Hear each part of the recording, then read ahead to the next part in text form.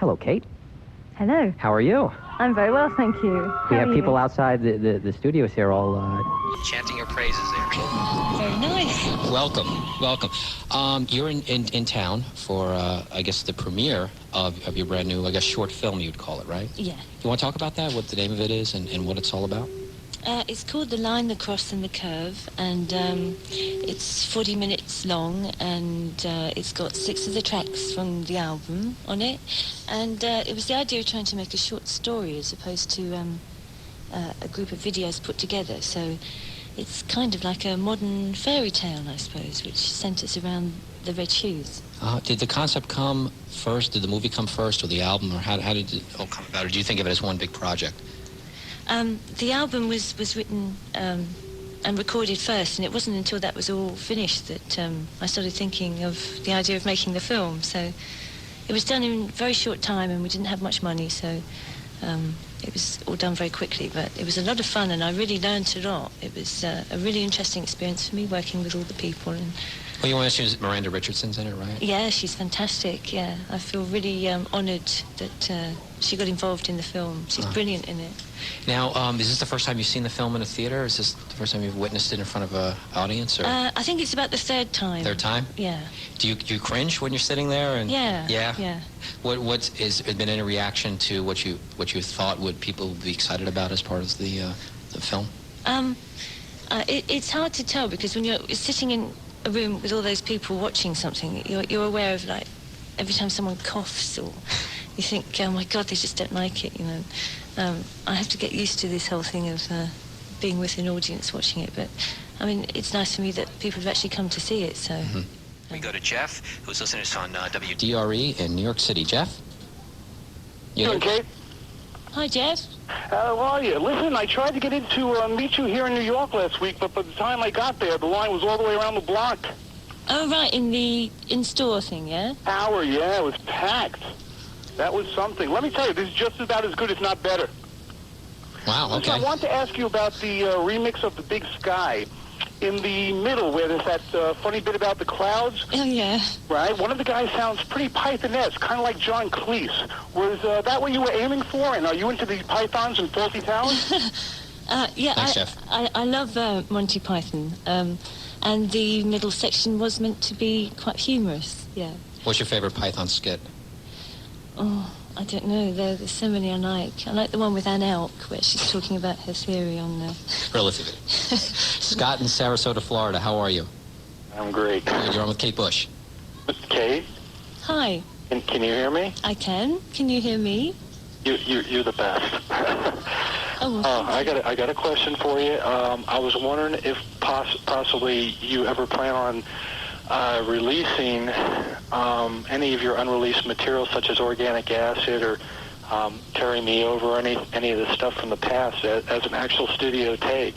Some of that's your best material, and I would love to hear some of that in its original form in the studio. Is there any chance you think that we may hear that one day? No. Oh? Sorry, Scott. Oh. So you just have to sit there with your tapes. I apologize. I hope you don't get mad at me for asking the question. I'm really a big fan of yours. And No, not at all. No, Kate's smiling. She's fine. What asking that one. But thank you, Kate. Thanks, Scott. Thank you. Let's listen to the title track from the brand new CD. This is The Red Shoes on Modern Rock Live. It's Modern Rock Live. I'm Tom Calder, live from the studios of CFNY in Toronto. Hi, Tom. Hi. Hi, Kate. Hi, Tom. Oh, God, I just want to say I love you to death, first of all. The question that I had to ask you was, I know you're skeptical about touring and such, and that if you didn't have any plans to tour, I was wondering if you ever had any thoughts about putting out a video, you know, kind of like a visual documentary about the behind scenes of making videos, any interviews, or anything such as that, like studio recordings or anything like that?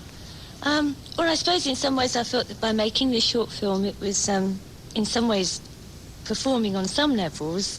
And there was a sort of film that we made while we were filming the film that is a film of filming the film that might end up on a video sometime. There's a myth going around that you like to tour, but that's not true, right?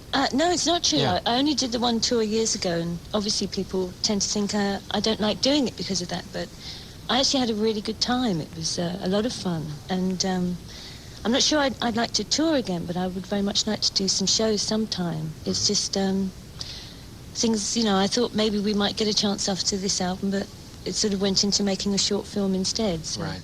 Michael in Toronto, how are you? Fine. Hey, Kate. Hi.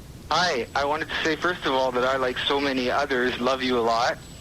Oh, thank you. And I wanted to ask you, you've written an extremely beautiful song on your latest CD called Moments of Pleasure, and it connected with me on a very deep personal level. I'm wondering if you could talk a little bit about what that song's about and where it came from. So, Michael, do you really love me?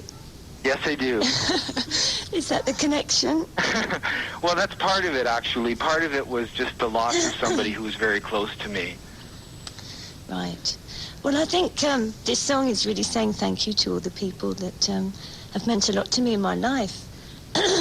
And it's, although it's sort of talking about loss on some levels, it's also really, hopefully, celebrating life to the most, and that you should really enjoy life while you can, that you should make the most of it. I think this is what life is here for us to enjoy. And we'll listen to that song a little later on during the show. We go to Lori, who listens to us on WHFS in Washington, D.C. Hi, Lori. Hi, Kate. Hi. I had a question for you. I know in the past that you had had problems with audiences in the United States being rude, and I was just wondering if you would ever consider touring the United States again. I've never had any problems with people in the United States being rude. I think that must be a misunderstanding. Yeah. I've not toured there either. I've only toured England and Europe. Right, right.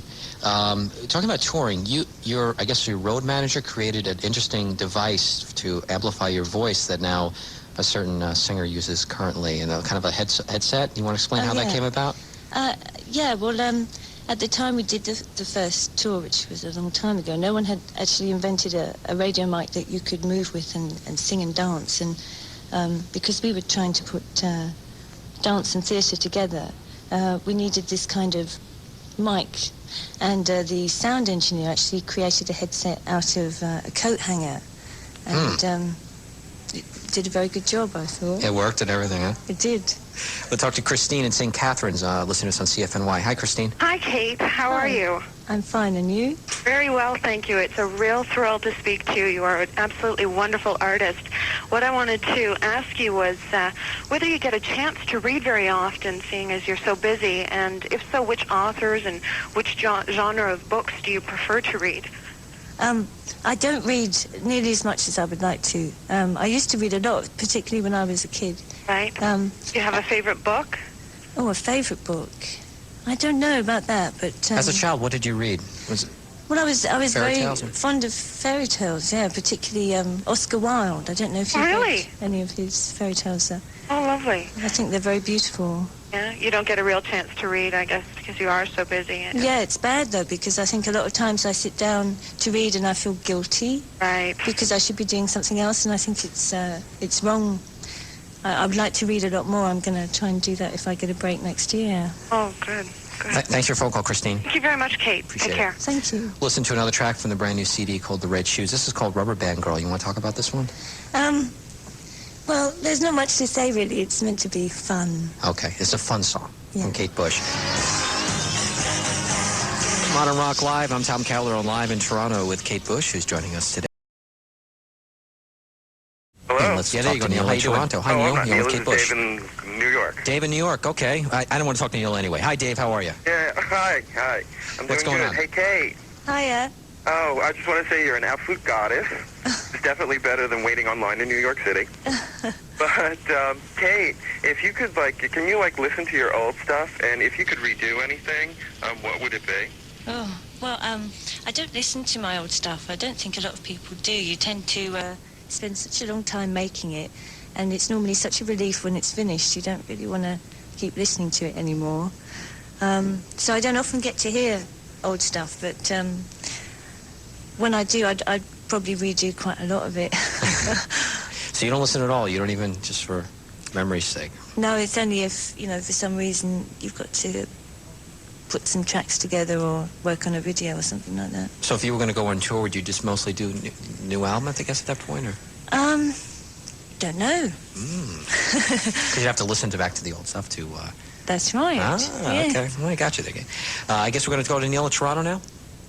Hi, Kate. There he goes. Hi, Neil. How are you? Yeah, I'm fine, and you? I'm all right. I just quickly like to take this opportunity to, and I think I speak on behalf of a lot of people to thank you for the music you've been putting out. It really occupies a special part of my life, and I love it, and thanks a lot. And I do also have a question in there. I was fortunate enough to see your new movie tonight, and did you? Congratulations, it was phenomenal. But what I'd really like to ask you is what made you think, what made you want to go into movies outside of videos and outside of the music you make on CDs now? What was your big inspiration for that? You liked the film, did you? Beg your pardon? You liked the film? I loved the film. Oh, I'm so pleased. I think for quite a while I've liked the idea of experimenting with film because when I've made videos, I've had a chance to sort of learn about the process a little bit, and obviously the longest video that we've made is about 8 minutes, so my experience is quite limited, but I love the idea of telling stories, and I think in some ways my approach to music is that of trying to be a storyteller, to somehow paint a picture with words, and to actually do it visually is very exciting, and in some ways I think probably quite a natural progression. I don't know if it's something that I would be good at, but it's something I really enjoy working on, and it's nice working with a big group of people, which is something very different from the way I make albums. Are you a movie fan to begin with? I mean, do you go to movies constantly, or?